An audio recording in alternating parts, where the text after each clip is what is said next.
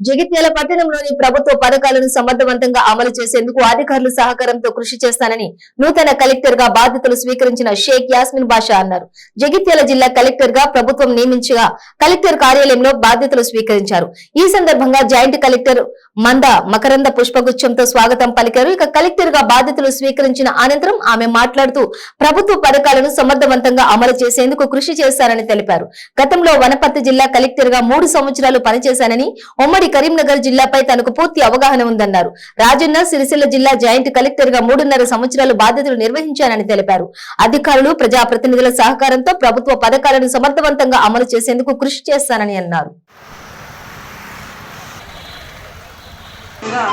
కరీంనగర్ పాత అర్స్వల్ కరీంనగర్లో కొంచెం అనుభవం ఉంది. ఎందుకంటే జాయింట్ కలెక్టర్ సిరిసిల్లాక కూడా 3.5 years బిఫోర్ వనపర్తి కలెక్టర్గా చేయడం జరిగింది.